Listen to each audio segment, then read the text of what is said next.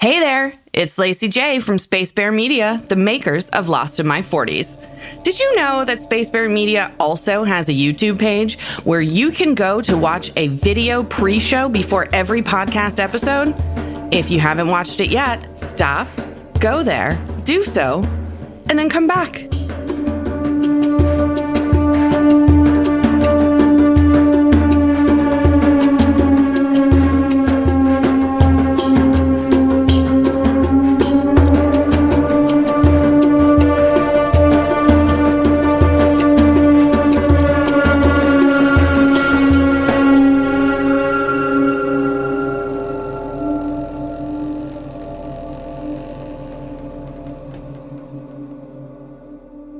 Hey there, welcome back, everybody.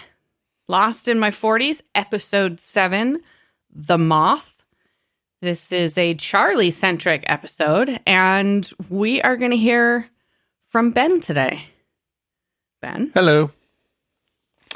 You want to take it away, or was it just say hi? Christy and Derek are here as well. Obs. Hello. All right, Ben. Tell us about Charlie. All right. I'm jumping right into Episode 7, The Moth. So as we come into the show, we see Charlie sweating profusely, trying to play his guitar. Obviously, he's suffering from withdrawals. Locke walks up to him, starts talking, asking him if he wants. Locke popped out of the jungle yet again. He just appeared This in the creepy jungle. way of appearing. Yeah. Sorry, go ahead. He's creepy it's a that lock. way. He's a lock in the box. He just kind of Oh, boy. boing. Yeah, boy. exactly.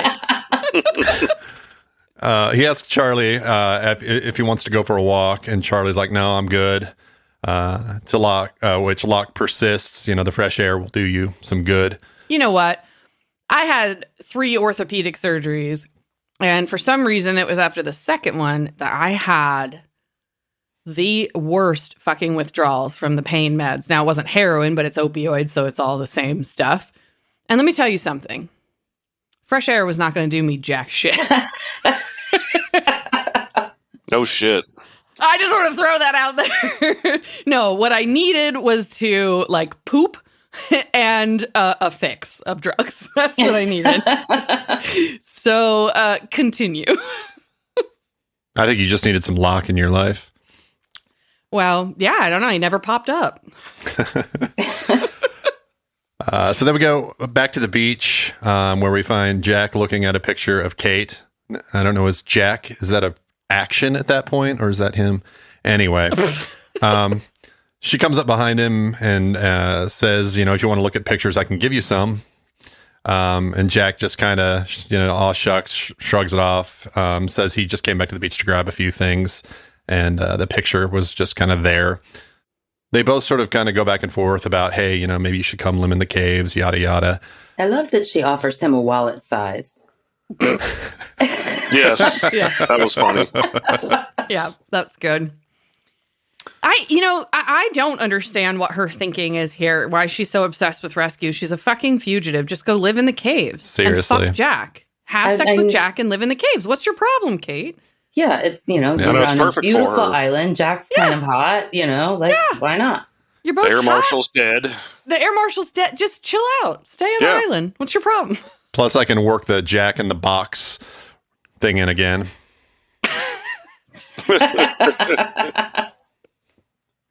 So noticing some themes here. And Jack is like, Jack basically says he doesn't think that they're going to get saved. And he points out that the signal that they had detected was running for, I don't know, it was like a really long time, 16 years or whatever. Yeah. So at this point, Sawyer kind of comes in and starts doing what he does. It basically tells, that he's going to take Jack's tent since he was vacating, and he kind of intimates that, like, Kate might be able to share it with him. He's such a fucking instigator. I wrote down in my notes, Sawyer is such a shit. Yeah, he really is. He is indeed. Yeah. He's like, his dimples are like, they're like sirens. They just pull you into the rocky shores, Jesus. And I am 100% straight, but sometimes it's like, oh, those are great dimples. They are great dimples. Plus, he's hot. I really like it when he takes off his shirt. Fuck yeah. Yeah. You know what's really funny, you guys? I saw like the other day on Facebook, somebody posted randomly as their status, a friend of mine wrote, you know what I was just thinking? There were a lot of hot people on that plane from Lost. Out of nowhere. There actually out were. of nowhere. They were just out of nowhere. It was Ben. It was Chiho who did that. It was my friend Chiho, and he just wrote this just random thing, and I read it, and I was like, "That is so weird and timely for just me." Anyway, Then we cut back to the jungle, and we find Charlie sort of wandering around, looking lost. And he hears like growling and rustling in the bushes. He asks, "Locke, is that you?" We know it's obviously not Locke. And then the rustling gets louder, and then you hear what I guess is supposed to be one of the boars, but it sounds more like a fucking banshee when it comes out. It's exactly what I wrote down. The boar sounds like a banshee. Yeah, I was surprised when a boar came out. Yeah, seriously. I expected some chimera or some other demon to come out, but no. So then the camera cuts to Charlie, and it starts going in slow-mo. That brings us to our first flashback. Everybody. Sorry, I got That's excited. the second. I think that's the third flashback, but thank you. So Charlie is in a confessional at a church, giving his confession to a priest. He goes on about how he had sex or relations with a girl he didn't know, and then right after that, another girl he didn't know, and then he watched them have sex with one another. How Awesome. is this a problem? I don't. I Why know. is this a confession? I wouldn't be confessing. I'd be bragging. I know. But the priest would probably be like, if you were telling me this about boys, I'd be a little more If it was impressed. two boys, I'd be take them to the rectory. Oh, Lord. So he tells the priest that he's in a band and they're starting to get bigger, and that there's a lot of temptation. Girls are kind of easy to get. And the priest sort of says, like, we all have temptations, but it's really your choice what you do with it. I hope that priest takes his own advice. Seriously. Yeah. Poor little boys. And then he says, life is just a series of choices. And Charlie says, well, then I've made my choice. I've got to quit the band. He walks out of the confessional or to the... Which actually, can we stop for a second? That's actually a pretty profound... life is a series of choices. I mean, that really is... It's true at its core. Yeah, absolutely. It is. Yeah, you can just break it down to that. That's all it is. Yep. Interesting. Sorry, I just wanted to reflect for a moment. But according to the priest, if you make the wrong choice, you burn in hell for eternity. Yeah, That's true. we can debate the truth of that at another time. Another episode. Yeah, right. So, yeah, he walks out of the confessional, does the holy water cross on the chest, whatever that hoopla is. And then you see this person somewhere sitting on one of the pews, kind of tapping his feet, obviously, not feeling the respect for God or whatever. It ends up being his brother, Liam. Wearing a shirt that says music slut. Yeah. I'm a recovered Catholic. And even I wouldn't have been that disrespectful in a church. I mean, in anybody's church. Yeah. It's a solemn place. So sure. I respect. If I'm in a church, I respect what they're all about. Yeah. Except for the pedophilia. Well, okay. Yeah. I mean, I have, just because I think what they believe is total fucking nonsense doesn't mean I can't be like respectful in their space, right? It's their space.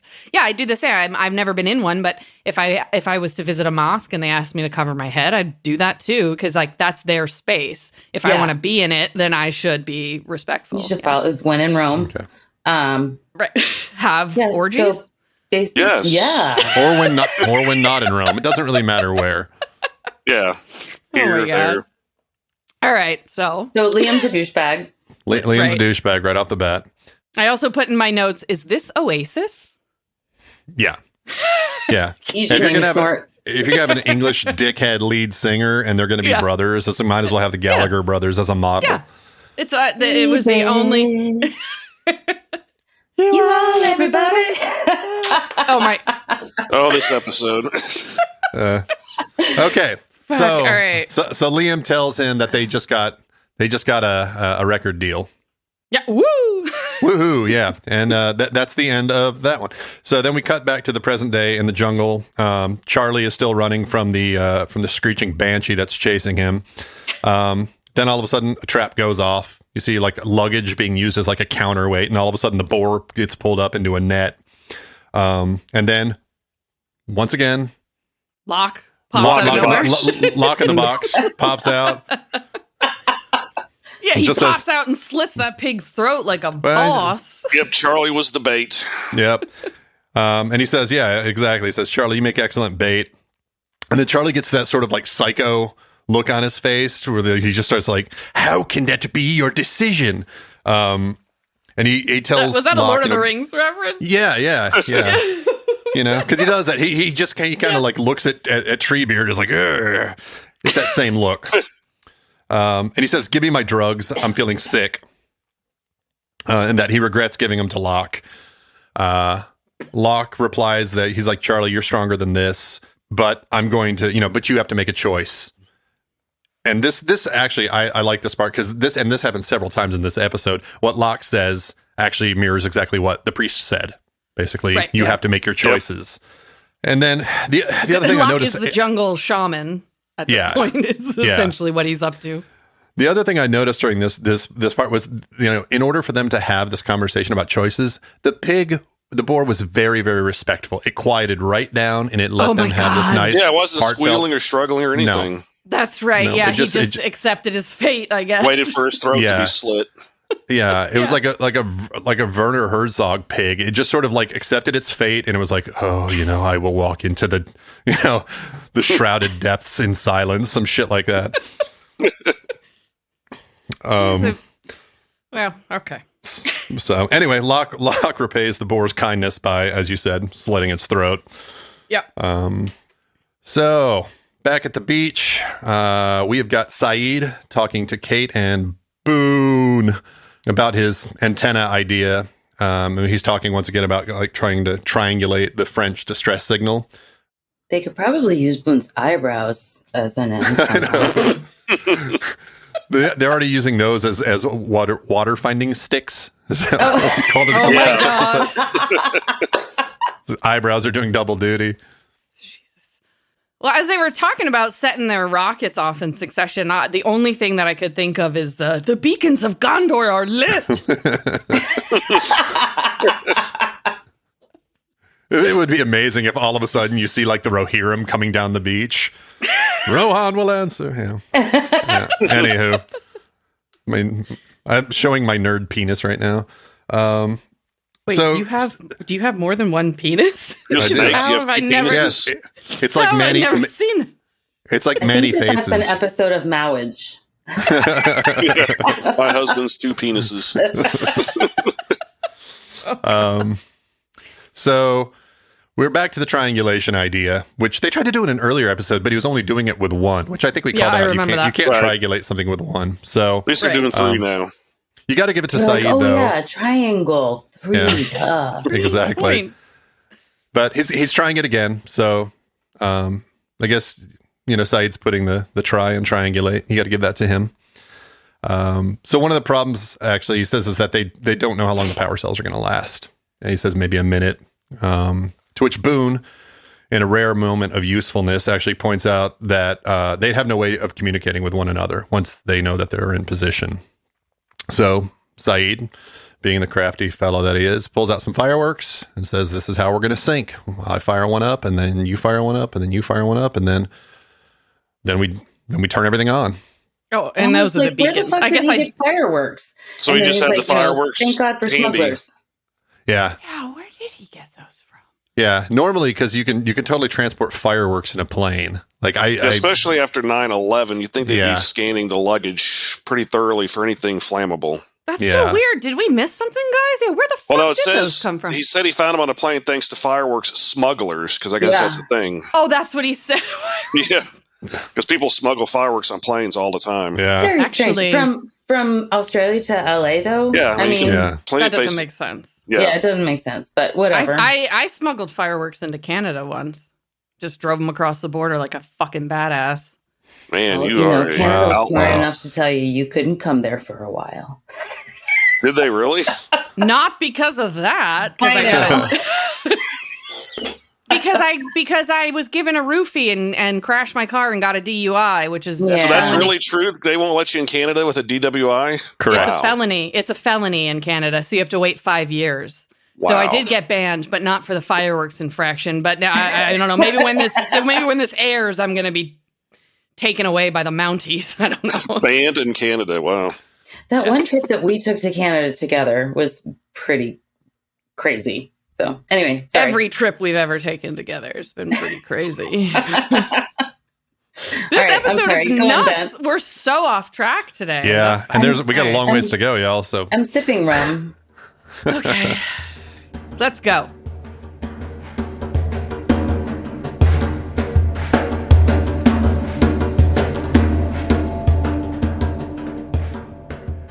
and then he points out there's another problem, that the transceiver is also dead and that they'll need to get a battery from like a laptop computer or something like that. So Kate immediately thinks, hey, I'm gonna go deal with Sawyer. I'm sure he's been hoarding shit like this. So it cuts to her talking with Sawyer, and he's in his normal sort of recumbent position reading a book. She immediately, lays into him, calls him a parasite. Says, like, you don't want off this island because there's nothing for you to go to. Nobody cares about you. Nobody misses you. Yeah, she said exactly. Nobody to miss and nobody misses you. I don't feel sorry for you. I pity you.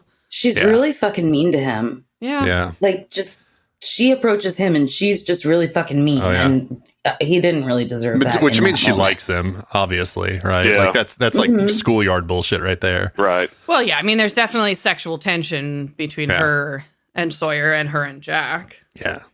So, she says she pities him, and he just does a massive, like, dimple. He shows his dimples. Like you bare your teeth. Yeah, exactly. He like channels all of the sexual energy in and deflects all of the bad shit. He does it all with dimple musculature. So then he actually grabs a laptop and pulls it out and says, all you had to say was please. And we cut back to the caves. Hurley and Jack are, ferrying a bunch of bags and shit back and forth, and Charlie offers to help. And then he starts like, I used to haul gear in my band, before we had roadies. So, I guess he's uniquely qualified to carry things. Charlie's always looking for his niche. Yeah, exactly. So my problem with this moment is that he goes to pick up the bag and Jack's like, no, I got it. And Charlie insists. And then the fucking bag breaks open and everything falls down. I'm like, really, Jack? All of those suitcases and you picked the one with the fucking broken zipper? Yeah. Convenient. Yeah. The one with all the drugs in it.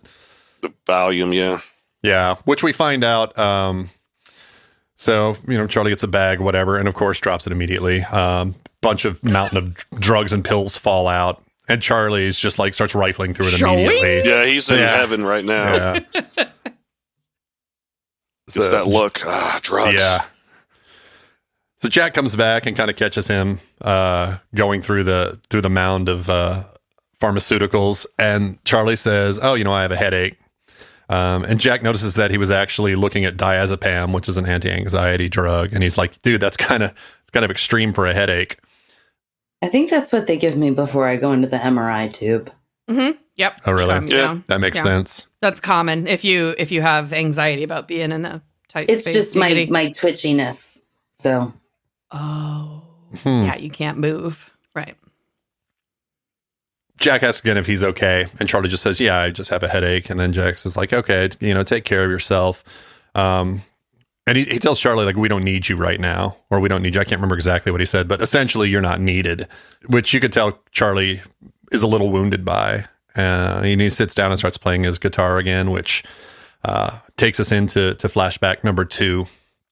This flashback is, I guess, it's just right after the last one where they had walked out of the church. So they're walking outside the church, and Liam is trying to get Charlie on board with Drive Shaft.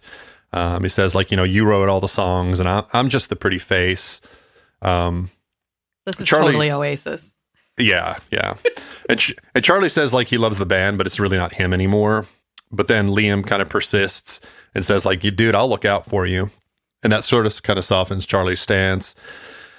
And he says, okay, I'll do it. But if things get too crazy, we're going to pull the plug.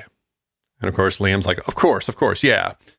I have to say that promises like that don't work. And I knew it wasn't going to work. I speak from experience. Yeah. That promises like that just don't work.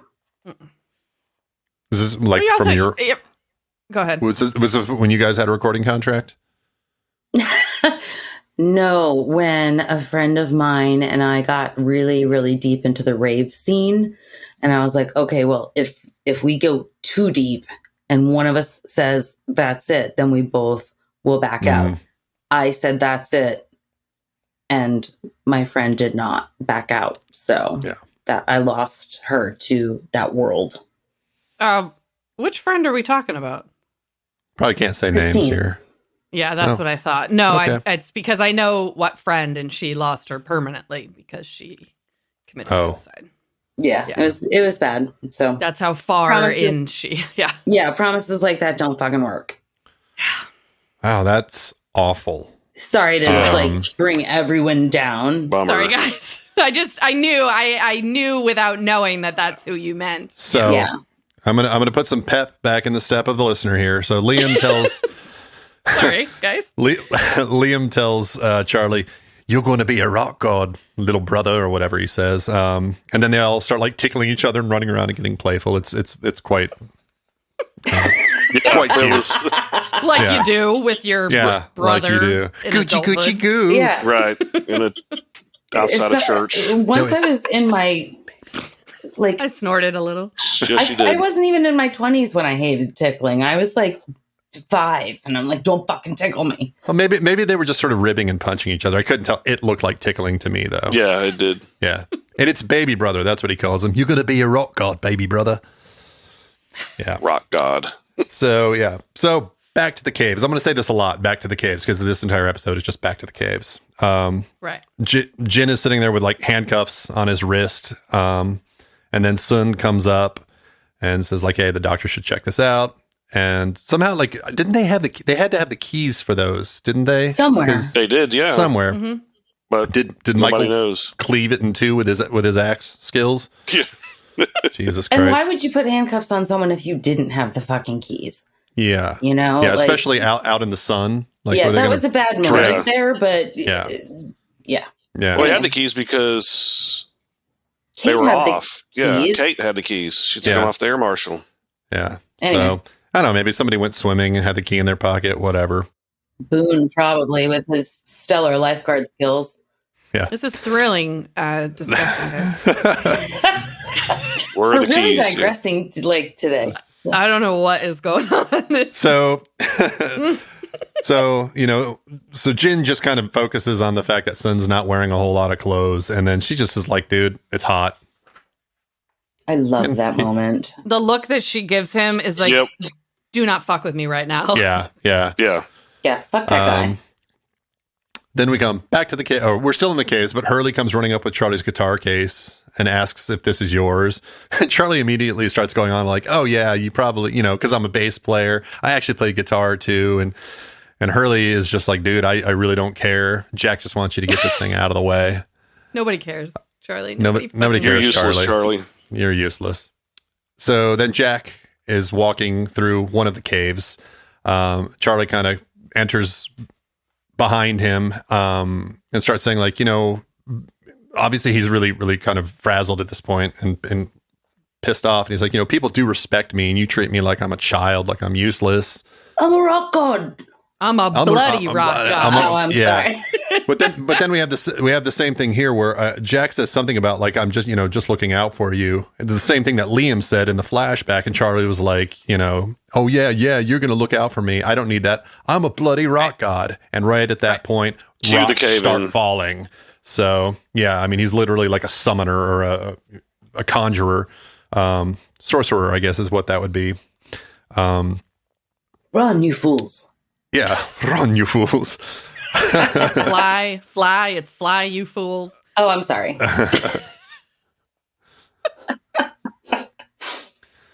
So at this point, the rest of I'm going to call them troglodytes because it's more fun because I think that means cave dwellers. But all the cave dwellers come running up and to the place where everything caved in, and somehow Charlie had managed to get out, but he tells everyone that Jack is still in there, still buried. Hurley tells Charlie to go to the beach and says, makes a point of saying, and tell Kate. So then we cut over to the jungle where Saeed wants that. Oh yeah. I mean, yeah. Yeah. So next we come to the jungle where Saeed and Kate are walking out to put up the antennas, and Saeed starts kind of talking about like kind of like why did they survive? He's like, the tail section broke off. Our section like cartwheeled through the jungle. We really should not have survived that. And Kate is more like, no, it's probably luck. Big time. Yeah, big time luck. I mean, break up at 40,000 feet and survive. Yeah. Yeah. I think after a couple of days, I think Saeed is starting to really, kind of ponder this a little more. He's like, yeah, that's not really likely. Well, and she tells him that he just needs, sometimes you just have to accept things without an appropriate explanation, which is like a huge theme in this show. Yeah, and kind of a requirement of watching this show, too. Yes. Oh, yeah. Suspended disbelief. Oh, yeah. So then we cut to the beach where Charlie comes running, and Michael and Boone are there, and he tells them about the cave collapse. And this is one of the first times you see Michael actually sort of take the initiative. He starts gathering some of the extras or whatever to go help. Boone, again, with a just spasm of awesome judgment, decides that he needs to entrust the whole, rocket tracker triangulation thing to Shannon. Right. Yeah, I figured that was going to be a big failure. Well, so at this point, it's like Boone and Michael are on the case of the rescue, and Shannon is the one with the rocket. And I'm like, oh my God, everyone is going to die. Yeah. You know what? Boone is really fucking condescending when he talks to Shannon about setting off the rocket at 5 o'clock and then turning on the thing. He's just like, she is like, okay, I will do this. Tell me what to do. And he's like, are you fucking getting this? He's such a dick to her. I mean, you know why, because you've seen the show and you know what their real story is. I know, but in this moment, she's actually wanting to be helpful, and she is paying attention, and he's. But it's not like she was nice to him. Yeah, well, their relationship is contentious. Really bad. Yeah. And also, if you rewatch the show in this scene where he's actually talking to her face looks like she smelled the worst type of fart. This entire time, like her face just looks like she smelled like a rotten egg fart. She might have just caught a glimpse of his eyebrows. True. It's like, dude, you need to put some pomade on them fuckers. Oh my God. This episode's going to be this episode's going to be 6 hours long. I don't even know what is happening right now. People are going to be like scrolling through, looking at the episode. Oh, I wonder how long are these? Oh, there's one's like 45 an hour. 6 hours episode. 6 hours. It's like so obviously a Ben episode. Okay. Oh my God. I'm trying to keep us on track here. So Charlie is looking for Kate on the beach. He runs across Sawyer.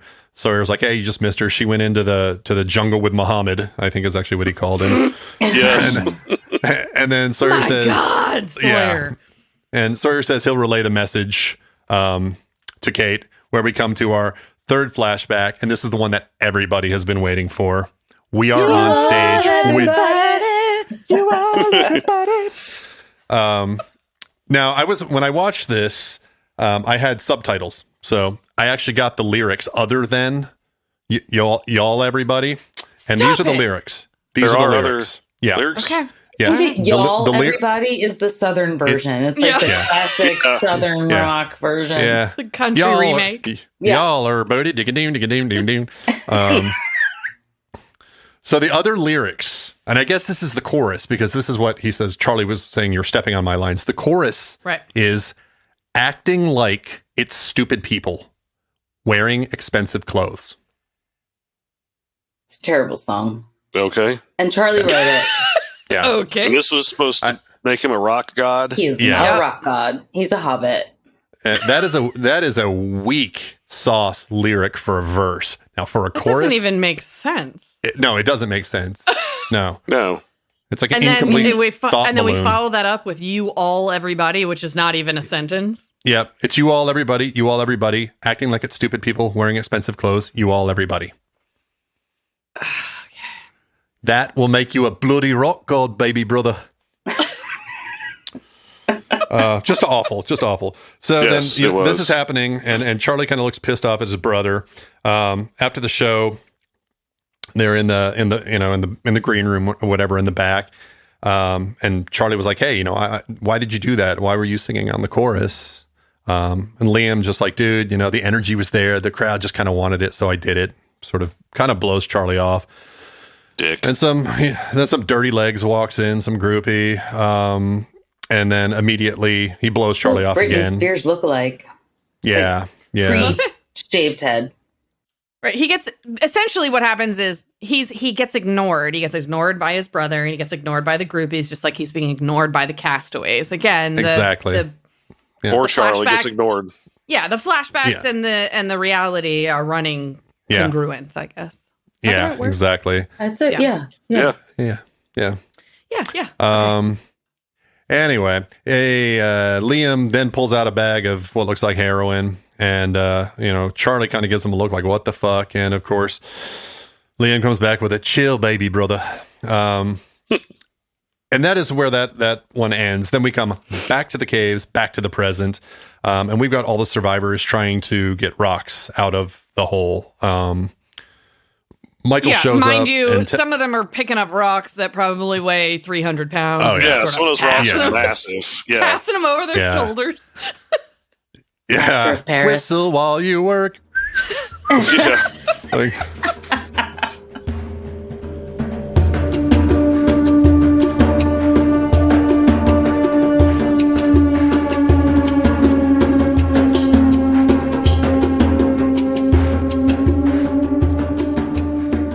Hey, Ben.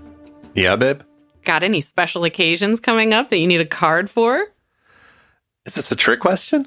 No, it's an advertisement. Is this about barbcards.com again? Bingo. So I suppose you're going to remind me that each handmade card is only $1.50. Mm-hmm. And they don't come with busy backgrounds or flowery poetry? You got it. Barbcards.com offers to-the-point communication within several different categories, including our favorite, potty mouth. And if you can't find what you want, barbcards.com can do customizations. Can I still get all of my cards for no more than $4 shipping, no matter the size of the order? You know it. Barbcards.com has got all you need. Hey, Ben. Oh, my God. What are we selling now? Merch. Our merch? Yes, sir. Shirts, coffee mugs, wine tumblers, bottle openers, stickers, magnets, and more. Your choice of product and your choice of Space Bear Media graphic from any of our podcasts. Please tell me we're not making merch now, too. Of course not. We'll stick to podcasts, and Pixis products will do the rest. Thank God. I bet you have more to say, though. Sure do. Pixis Products is a small business run by a local mom, well, local to us anyway, who needed something else to do besides being a snack bitch. A what? A snack bitch, also known as a mom with a young child. There's still more, isn't there? Yepers! Pixis Products works with other small businesses for supplies, art, and other collaborations at every opportunity, including ours. In fact, Pixis Products even gave Space Bear Media our own storefront on their site. You can find us at shopspacebear.com. Say what? You heard me. Go to shopspacebear.com and buy something.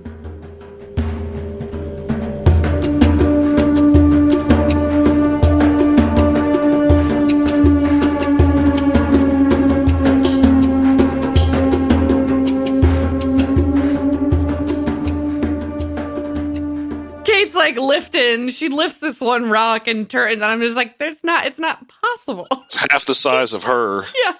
Yeah, exactly. Adrenaline, man. Adrenaline. Yeah. I guess. So Michael shows up and starts telling everyone, like, no, actually, I was in construction. I wrote down in my notes, I was in construction, like I'm a lifeguard. Seriously. I run a business. Yeah.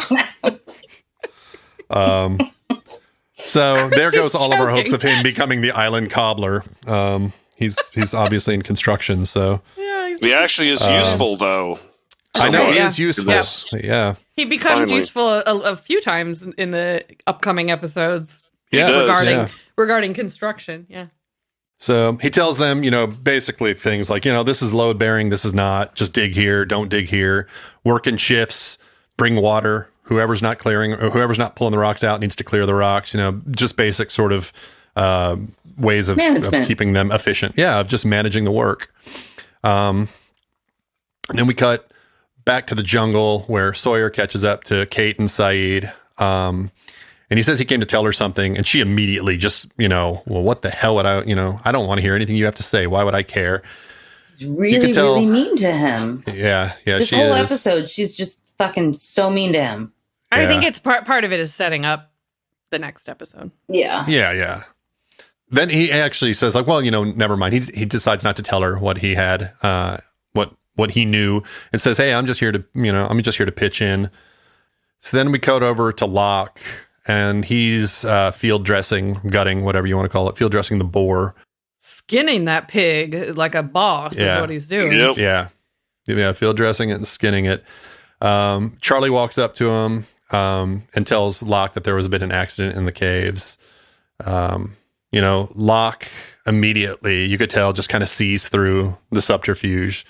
And he's immediately like, well, why aren't you helping them? Charlie knows the jig's up at that point, just admits that he wants his drugs. Locke doesn't give him his drugs, but he says, hey, I got something to show you. He walks him over to a tree and shows him a moth cocoon. And then he describes that, this moth was actually about to emerge. And then Locke says, like, I actually could help it. I could stick my knife in here and I could help pry this thing open, and then I would set it free. But if I did that, the moth wouldn't survive. It wouldn't be strong enough. I think obviously drawing a parallel to Charlie's struggles with the drugs and feeling just sort of like an outcast in general, feeling weak. And he says that Locke says that struggle is nature's way of strengthening. Then he holds up the heroin and says, ask me one more time and it's yours. I'm getting a little bunny foo-foo vibe off of this. I hope everybody understands what that was. Gonna get bopped in the head. And down came the good fairy, and she said, sorry. The heroin fairy, I guess.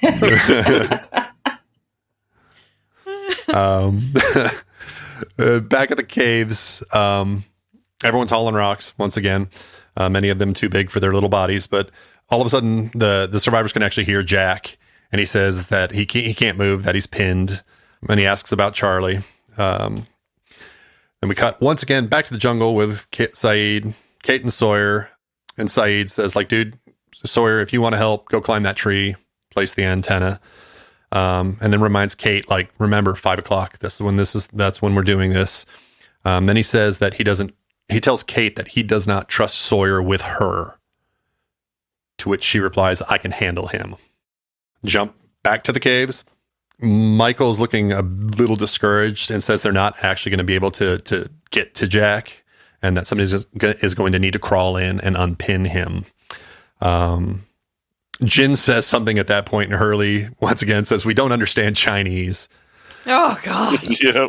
And Michael acknowledges that it's Korean at that point. And he does. It's sort of an uncomfortable, like the way that they phrase it, like it goes silent, and it's sort of an uncomfortable moment. He makes eye contact with Sun. Yeah. Mm-hmm. It happens a couple times in this episode. They start earmuffs, Derek.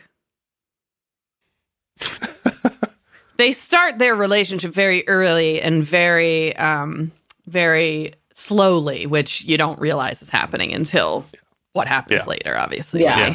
Hooky hook up. I'm giving Derek the thumbs up to come back. All right, here we go. So then he wipes the jism off of his chest. Jesus. Wait. Oh, you mean Derek's listening again? Oh, crap. Which episode is that? Shit got weird when you were away, man. So Charlie shows up and he's like, I'll do it. I'll crawl in there and obviously that was going to happen. Because he wants to be useful. Yeah. And he's hobbit size. So, yeah, it's true. Yeah, it's like, I actually have that in here. He crawls down his little hobbit hole. But he points out, like, you've got a son to Michael, and you've got a brother, and you've got a wife. Right. Like, I'm he's the only alone. one here who's Nobody totally loves alone. him. He'll go in there to the death trap. Well, Hurley's alone too. Yeah. Yeah, but everybody likes Hurley. Hurley's useful. He's comic relief. And he's not going to fit through that. He wouldn't be able to hole. fit He's a fun guy. He's not going No. in the hole. Yeah. Okay. No. So back to the jungle. Sawyer and Kate, and she's standing there with a bottle rocket in her hand, waiting for the sign.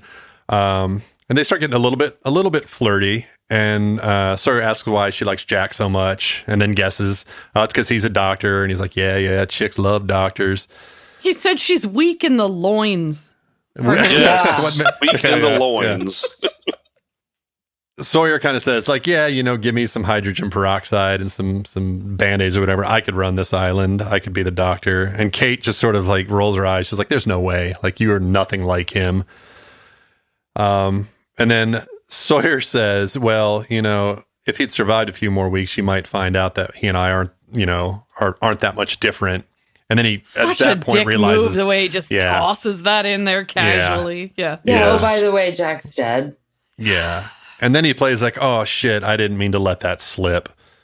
Right. Oops. But, she's kind of looking at him, and then he says, well, at least you have someone else to pity now. So, she's being a little mean to him, so he definitely counterpunched there. So she throws the firework at him and just runs off. Again, probably not the best She didn't even move. hesitate. She was just like, I'm going. Yeah. I'm going to my Jack. And I wonder if that was more because she was into Jack or more because she just was like, fuck you, Sawyer. Could be both, I guess. Yeah. I think the show tries to play it as in she needs to be with Jack, but you're right. Yeah. Jack needs to be into her. After me. Yeah. Or before. I guess I don't really care. Back in the caves. Oh my God. Charlie is getting ready to crawl into his little hobbit hole. And everyone's telling him, be careful, be safe, as if that's fucking possible at this point. And then he gets into sort of the, super tight spaces, sort of like Andy Dufresne in the Shawshank Redemption, like crawling through that thing of shit, like super, super claustrophobic, almost like a cocoon, if you were to think about it that way. Yeah, they got the symbolism working on multiple levels in this episode. And then as he's crawling through this through the hole, we come to another flashback. This just looks like another, like they're about to play a show or something, and Charlie's wearing this ridiculous outfit with this kind of golden scarf tie thing, looking like kind of a Rolling Stones reject. Definitely not a rock god. No, not at all. He walks in on his brother, who's hanging out with a bunch of groupies, drinking champagne. He sees all the girls. He's like, get out. They all go scurrying off. And then he approaches his brother, Liam, who's obviously a little strung out, and is like, you missed sound check, and we've got a show coming up, and Liam's eyes light up. He's like, oh, I like shows, and immediately goes over to the dressing room vanity and starts, going for his drugs. And this is where Charlie kind of says he's going to, what we had talked about, like, I'm going to pull the andon cord here. We need to walk away after this tour. We're done. Liam does not like that and starts basically screaming at him saying, I am Drive Shaft. You don't, you're just a bass player. Nobody knows who you are. Nobody cares. He said, if you're not in this band, what the bloody hell use are you? Yep. There you go. Yeah. Liam storms out, and then Charlie walks over to the dressing room mirror where all of the film canisters of drugs are sitting. Film canisters. A lot of people aren't going to know what the fuck those are. That's true. Yeah, those. Well, anybody our age. I know. Yeah. Anybody who's in their 40s understands what that is. If we pulled the youngsters and go ahead and Google film canisters, it's a thing of the past. Yes, millennials, please. Yes. Yeah. Yes, you probably store your Molly in it. So he grabs some of the heroin and he just starts crying. That brings us back to the present, where Charlie is still crawling through the cave. And then you start to hear the sort of rocks and everything starting to fall again. Charlie starts to, as this happens, Charlie emerges into the sort of like chamber where Jack is trapped. And Charlie says like, Jack, I'm here to rescue you. And they both sort of, laugh a little bit. At the absurdity of that. Yes, exactly. So Kate shows up when the survivors are actually talking about trying to dig again. And she asks, where's Jack? Nobody really says anything. And then Hurley's just like, dude, he's in there, signaling to like where the cave-in happened. Michael explains to her that Charlie went in after him and that the tunnel collapsed. And then she asks like, why is nobody digging? So she goes in and picks up again a rock that's probably 300 pounds and just tosses it aside. Yep. That's what happens when somebody's getting at your loins. You get extremely strong. Oh, for God's sake! Yeah, weak in the loins, but strong in the arms. Weak in loins. Yes, that's right. Strong core, weak loins. That's the name of this episode, isn't it? Because you're really supposed to lift with your legs. You really are. Lift with your legs with a twisting, jerking motion. Yes. Is she lifting them with her loins? Is that what she's just like? Picking up her rocks, tossing them with her crotch. Yikes. Kegel exercises. Seriously. That's an impressive pelvic floor there. Yeah. So if I get you out of this cave, I'm going to grab hold of that cock. Jesus Christ. It's like a never-ending story. She's got a rock crusher between her legs. Or a rock eater, isn't that what it was? Yeah, rock eater. Yeah. Oh, what are we? Never-ending story now? Yeah. Yeah. These hands. They were called strong. They were called rock biters. Rock biters, that's it. Oh, biters, That's it. okay. Yeah. That's right.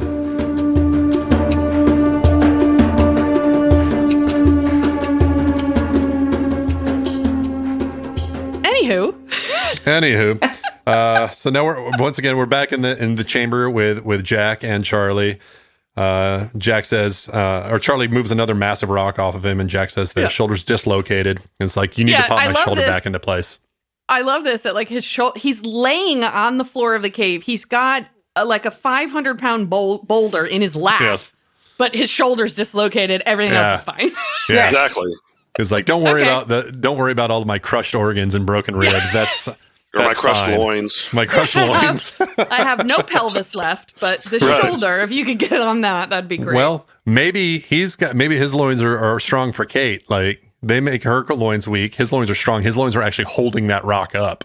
Ah, there we go. He just speared the rock with his rock. Yeah. You could see it when Charlie pulls the rock off of him. He's like, dear God. His quivering member. That didn't sound like Charlie. That sounded like Gordon Ramsay. Oh my God. You're a cock god. You're right. God. Oh my God. We're never getting through this fucking episode. No. I'm having fun though. So yeah, he does the whole put his arm back in the socket, and then all of a sudden you hear sort of wind chimes come up in the score, which brings us into another flashback. This time, Charlie is in this kind of quaint looking, what looks like sort of like a suburban neighborhood. He knocks on the door, and his brother Liam shows up wearing sweater and glasses and looking like, looking like he's gone, dipshit. Yeah, looking like he's gone all respectable. The next scene, left the music slut lifestyle behind. Yeah. The next scene, they're in like the backyard, and Liam's with his daughter on like a tree swing. They're obviously painting it like he's fallen into this, domestic bliss. A normie life. Yes. Charlie's saying like they've got a tour booked. They can go to the U.S., but they won't do it without Liam. Liam says like, you were with me the night we missed my daughter's birth when we were wandering around the streets of some city looking for drugs. You see Charlie's hand shaking a little bit. And Liam is like, oh, okay, so you're still using. And Charlie's like, well, you did this to me. You're the reason why I'm a junkie. He's right. His brother completely fucked him up and then abandoned him. Yeah. And won't help him. Yep. And then Charlie says, it was about the music. You took that away from me. And his brother, honestly, I guess trying to make best of a bad situation. He's like, well, you could stay in Sydney, and we'll get you into rehab. Yeah, they have good treatment programs there. Yeah. And his brother says, like, look, I'm just looking out for you. And Charlie takes umbrage and says, like, you never, ever looked out for me. Because obviously that was his brother's promise. I'll look out for you. And he didn't. So right. Day late, dollar short. And Liam's the big brother, so he should be taking care of Charlie. But absolutely. They're Oasis, so, whatever. So Charlie turns around, and then this kind of ominous music comes in. And we see, once again, like he's running from the board, we see it going into slow-mo. And he says, I got a plane to catch now. Dun, dun, dun. Yeah, and obviously he's in the same clothes he has on the island, and we all know what's about to happen. So we come back to the present, back to the caves. Jack asks Charlie point blank how long it's been since he had his last fix. Ask him how the withdrawals Dr. are. Jack. Nope. Yeah. About time. Asks if he's hallucinating. Yeah. Charlie makes a joke and says something like, well, other than the conversation I had with you in the jungle about an hour ago. They both get a little chuckle out of that. And then he's like, Jack, I know you think I'm kind of useless. And Jack immediately gets that sort of big-eyed look. It's like, you're not useless. Like, it took a lot of guts for you to do this. But then, kind of counterpoint, he pulls back and says, well, we are probably losing oxygen, so it's not going to take too long for us to die. Again, great bedside manner, Jack. And then, Charlie observes, he's looking around, he's like, this cave is cramped, and then says it sort of feels like a confessional. And then he asks Jack if he wants to hear his confession. And then right when this happens, you hear the music kind of turn into this kind of mysterious sort of hanging strings come in, and Charlie sees a moth. There's the moth in the cocoon. There's the moth in the cocoon. Yeah, exactly. The eagles are coming. Yeah, that's exactly what I thought of. So we come out back to the survivors. Kate still rocking the massive boulders, the loin power she's got going. And Michael's like, you're doing way too much work. You're going to kill yourself. Which Kate is like, fuck you. I'm going to keep going. Michael. Shut up, Michael. You've outlived your usefulness. You don't know how powerful my vagina is. My rock biter. So back at the chamber, he's still kind of looking at the moth, and he sees a light coming in. So he starts following the light. He crawls up through the ground and emerges like a zombie from the fucking earth. Yes, that's what I thought. Like obviously we have a very literal, emergence from the cocoon, emergence from the confessional, emergence from the cave. All this stuff starts to. I wrote down in my notes, this is Charlie's struggle. Who will he be outside the cocoon? It would be amazing if he just came out and he was actually a moth. So we go back again to the survivors, moving rocks. Walt, for some reason, is throwing the ball with Vincent. And then all of a sudden, Jack and Charlie come walking up from behind everybody. Kate runs over to Jack, gives him a big hug, and says, like, hey, Charlie helped us get out. And everyone's like, great work, Charlie. And Hurley gives him a big hug. And you could tell for the first time, like, you can see his eyes kind of light up. And it's one of the first times where you see Charlie's actually kind of like happy. He feels useful. Yeah. Gives us all a nice warm feeling. Then we cut back to Saeed, who is out in the jungle. He's just placed the last antenna. He fires the rocket off. Cut over to Shannon on the beach, having some, vacuous conversation with some girl. She doesn't see it. Yeah. But the girl that she's talking to sees the rocket. So Shannon, in an unexpected show of ability, actually launches the second rocket. I assume she goes and turns the thing on. They don't show that. But when she launches the rocket, it goes over to Saeed, and he's kind of looking around saying, okay. Third rocket comes up. You have to assume Sawyer shot that one off. So you got, a couple people who are normally kind of counter to the group's productivity that actually seem to be doing things this time. So he goes and he's like, everything's on. He turns on the transceiver or receiver. I don't even know what it is exactly. And it says that it's receiving signal. Then you see somebody comes up behind him and hits him in the back of the head with a stick or a log or whatever. It was more than a stick. It was more like a club.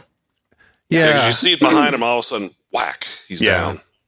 It was some mid-sized cut of wood that was used to bludgeon him. Right, because he couldn't have a victory for more than a millisecond before. No. Somebody knocks him with a fucking tree. Yeah. Then we come back to the caves, and it's nighttime, and Charlie's sitting there with his hoodie on, looking like hammered dog shit. I mean, he looks bad. Obviously, it's withdrawals. Hurley comes over and asks if he's all right, and Jack's just like, yeah, he's got the flu. Honestly, I'd be like, get the fuck away from me, man. Yeah. Like, this is... Right. I love... And Hurley's just like, oh, okay. I'd be like, where the fuck did the flu come from? Yes, that's an excellent question. Right, he's patient 0. I mean... Yeah. We're like 9 or 10 days in at this point. Nobody caught the flu on this island. Right. Whatever. Yeah. I do love that Jack is still honoring doctor-patient confidentiality. Totally. Though. Well, Jack's a stand-up guy. Yeah. Then you can see Charlie looking over at Locke. He tells Jack he needs to go stretch his legs. And he goes over to Locke and once again inquires about his stash. Then this sort of randomly it cuts over to Walt, who tells Michael, like, this place is cool. Can we live here? And then we see Michael turns around. He looks at Sun. And they sort of look at each other for a while. And you get that second sort of eye-to-eye moment that happens in that scene, kind of building whatever tension is happening there. Kate comes up to Jack, brings him a sling for his shoulder. And then, she makes a joke about how, like, I thought these capes were safe. And then Jack says, well, Michael actually checked the rest of it out for integrity or whatever, and it looks good. So I guess obviously Michael has some experience with checking the integrity of cave structures, but I wrote my notes. Construction. I love how experience in construction somehow makes Michael a cave expert. Right. Yeah, seriously. Okay. Yeah. And then they talk about, whether or not Saeed's plan had worked. And then also in the caves, it cuts over to Locke, who's brushing the boar with a palm leaf as he's roasting it. I'm not exactly sure what he's accomplishing there. But it was a very strange moment there where he's like caressing the boar with a leaf. I don't know what that was. I could imagine Locke's fucking weird, guys. Yes, he's Locke. Yeah. I could imagine if you weren't roasting it, like you would use that possibly to keep flies off of it. But once the smoke is on there, flies would stay away. So I don't know. Locke moves in mysterious ways. He does. So then Charlie walks up to Locke and says, give it to me. Locke's like, this is the third time. Are you sure? Charlie says, yeah, I've made my choices. So he holds up the heroin in front of him. And then, once again, you hear those strings come in. The sort of tension builds through the score. And then, boop. He swallows it whole. Swallows it whole. I'm going to ride the motherfucking dragon, or chase the dragon. He throws it into the fire. Chasing the Dragon is smoking heroin, by the way. But I know. Okay. It's smoking opium, I believe is how it started. But same. I hate that he threw away the drugs, though, simply because, and this is just a practical person in me. That could be used as pain relief. Yes, exactly. Absolutely. He should have given it to Jack. Yeah. If you don't have morphine around, heroin will do nicely. Yeah.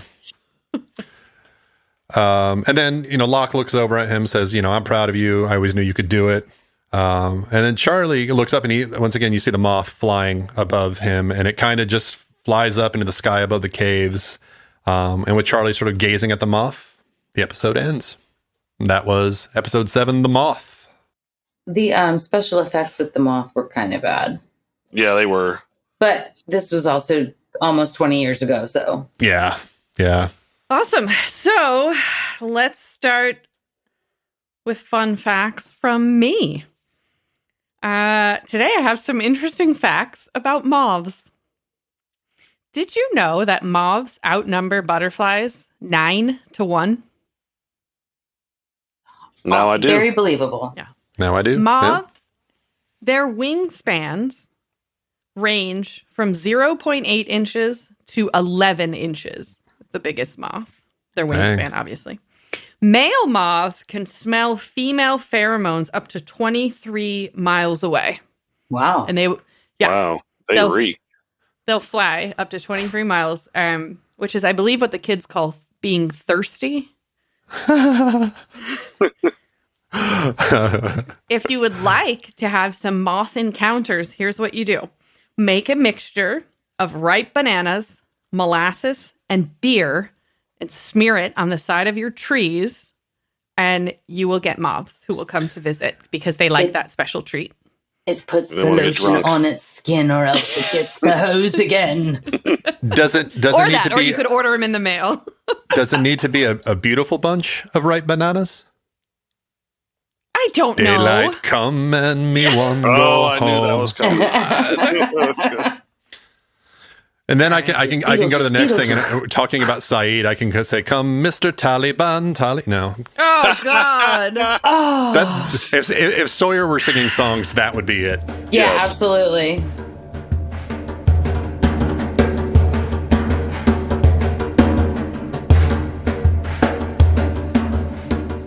You guys want to do best and worst moments? Yes. Yes. You go first, Christy. Best moment is Sun telling Jen it is too hot. Fuck that guy. And then, very sweet with Kate running into Jack's arms. Worst moments, Sawyer telling Kate that Jack was dead. That was just shitty of him. And also Saeed getting bashed in the head kind of sucked. So those were the two worst. Derek, what are your best and worst moments? Best moment was when Charlie kicked the heroin through the fire, even though it was bad for future, someone has pain, but I was just glad that he kicked the heroin. That was just a good turn for him. And the worst is when Sawyer at first lies to Kate about Jack and then eventually, says, "Oh, he's dead, but now you can pity me." Yeah. That was just bad. Ben? My favorite moment was when Charlie says, "I'm a bloody rock god," and then all the rocks come down. I fucking love that. Yeah, that's good. My worst moment was Drive Shaft on stage. Once, everybody, and then once I actually saw the closed caption lyrics, I was like, it's so much worse than I thought. I'm actually glad your band broke up because fuck you. I can't believe they even had someone in concert, I know. Show up. My best moment was watching a Hobbit talking about banging two chicks and then watching them together. I don't know why I got a kick out of that. Yeah. Worst moment when Charlie realizes that his brother is letting him down yet again. Yeah. At the end. All right. Derek, who do you have best and worst, and who are you fucking and killing? This episode, my best was Locke, just because he helped Charlie kick the habit, and he's still hunting boar and skinning them and rubbing them with palm leaves, caressing them palm leaves. Popping out from crevices. And yes. And my worst is Liam, because he's just a dick, not a rock god, and really screwed his brother over big time. Yeah. Mm-hmm. Fuckable is Kate, just because she's Kate. And I'll just kill Liam this episode. He's kind of a minor character, but he still should take the bullet. All right. Christy? Okay, so my top were very, very similar to Derek's. My favorite character was Lock in the Box for helping Charlie through the detox. Oh, my look at least that. Favorite, hey! Good rhymes, man. My least favorite was Liam for getting Charlie hooked on smack and just for being a dick in general. Fuck Kate. I mean, she's sexy even when she's dirty. And then I say, let's kill heroin. Oh, there you go. Killing heroin. Okay. Yeah. I mean, Ben? If the worst character can be that song, then why can't we kill heroin? It's true. Yeah. All right. Ben, what's up with yours? Actually, I'm going to do mine first, and then you can go and give us the power rankings. Okay. My best and worst are the same, Locke and Liam. However, for fucking, I am going to have a 3-way with Charlie and Liam. And then afterward, I'm going to kill Liam. That's Black Widow shit going on here. No. Yeah. So that's it. Ben, give us your best and worst, and then let us know where we are with the power rankings after this week. All right. I'm actually going to, everyone else said Locke was their favorite. Charlie was my favorite. I saw like Locke was sort of the enabler in this, but Charlie actually did the heavy lifting, even though he wasn't really doing the heavy lifting. Charlie's my favorite. Least favorite. I didn't like Liam either, but Sawyer was my least favorite because, he's just Smarmy. a real fucking liability. Kate, as far as fuck, man, until the island gets some fresh trim. I was going to say, have you chosen to fuck anyone else yet? Either of you two guys? I think you both fucked Sun one week. Yeah, I fucked Sun. I fucked Sun twice, and I fucked Shannon once, but I also killed her. Shannon once. Well, to be clear, the women have the higher chance of being fuckable than the men, because you and I sometimes vote for the women as well. Yeah, that's true. Yeah. And I would kill Liam or their hit song, but so for the power rankings, where this brings us. Again, Liam took a lot of the bullets this week, so we didn't have a whole lot of movement over last week. Kate is still holding strong in the top slot. We've actually got Locke, however, coming up, though. Locke has actually taken second place, with Jack falling into third. What are the point values? Let's see. Kate is at 85 points. Locke is at 76, and Jack's at 46. So Locke has just come surging into the lead. We have popped out of nowhere. That's what he does. Exactly. So our bottom dwellers are first worst is still Shannon. However, her precipitous fall has stabilized. She appears to have others that are catching up to her. Michael is in second place behind her, and then you've got Sawyer and Boone tied for third worst. And the points values are what? Let's see. Shannon is at negative 78 points. Let's see. Michael's at negative 37. And Sawyer and Boone are both tied at negative 35. Interesting. Yeah. I mean, Shannon, because we should probably remind everybody how you get these. Each place has a specific point value. And we actually do rate first, second, and third, best and worst. We just don't make you sit through all of them. And the fuck and kill are extra points or deductions, and I think Shannon's been killed like 100 times already. So yeah, I mean, she definitely is so low. The first like 4 episodes, the first like 4 episodes, she just dove. But ever since episode 4, she's just sort of stabilized, and other folks are sort of catching up to her. Yeah. All right, so let's do final impressions. I will start. So this episode is an important one. It definitely brings in and sort of sets up the themes of redemption and rebirth. We see Charlie run through essentially the same experience he had with his brother and his band as he was having on the island. Only at the end of this episode, he makes a different choice and gets himself like a redo almost, which is a whole lot about what this island is about. He gets a mulligan. So again, I think it's what? He gets a mulligan. A mulligan? I thought you said he's a Republican. I was like, what the fuck?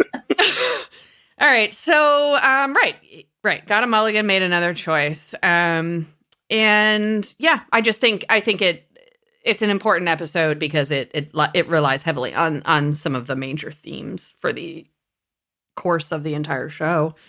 Ben, what's your final impression here? Well, now I'm just thinking about like Republicans on the island and thinking about like reproductive rights for women on the beach and reproductive rights for women in the caves.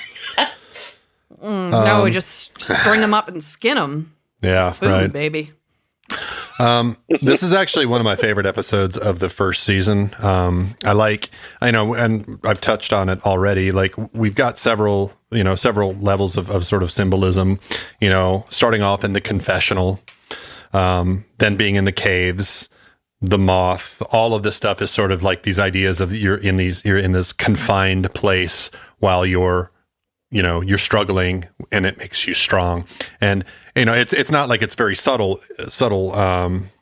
symbolism, but I thought the writing was really, really well done. I like the way that they would reference something in a flashback and then it would echo in the present, or they'd say something in the present and it would echo in the flashback. There was a lot of nice kind of tie-ins that they did there. And all in all, I felt like this was like Charlie needed this episode as a character, because up until now, he's almost like he's had more lines than Hurley, but he's been almost as ineffectual. He hasn't really been a part of the decisions and of like, the real big goings on the island. So I like this a episode. Little puppy that's like, I'm going to come along. This is what we're going to do. I'm in a band. I'm in a band. I'm in a band, guys. I'm in a band. It's like rock god. It's shake and bake, and I helped. What? Oh my God! All right, Christy. Final impressions. I'm with both of you on this. I absolutely loved this episode. All the themes of rebirth, and I very much agree with Ben with all the confined spaces and becoming stronger. So yeah, it was a great episode. All right, Derek, what are your final impressions and your lasting questions? Yeah, I agree with y'all. This was actually a really good episode. I liked, Charlie's journey, kicking the habit, and how it was back in the past and now in the present. I also like the fact that Michael and Shannon became slightly more useful. Yeah, that's true. Yeah. That's nice. So my biggest question is, who knocked out Saeed? Oh. Who doesn't want them to be rescued, obviously? Yeah. All right. That's a good question. All right. That was episode 8. We got through it. I can't believe it. I think that was episode 7, but shit, guys. I might have said episode 8 this whole time. We're going to have to check the beginning. No? Oh, fuck. All right. That was episode 7. Join us next week for episode 8. It's called Confidence Man. It's a Sawyer episode. I'm doing it. See you then. Bye, y'all. Everybody. Bye-bye. Bye.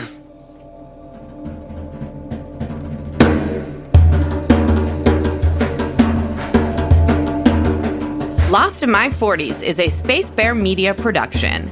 Executive produced and edited by me, Lacy J. Sound engineering, editing, and original music by Benjamin Trim. Like and follow Lost in My 40s on Facebook to interact with your hosts. Plus, follow Space Bear Media on YouTube to watch our episode pre-shows. You can also find us at SpaceBear_media on Instagram and Twitter. Or come to our website, spacebearmedia.com.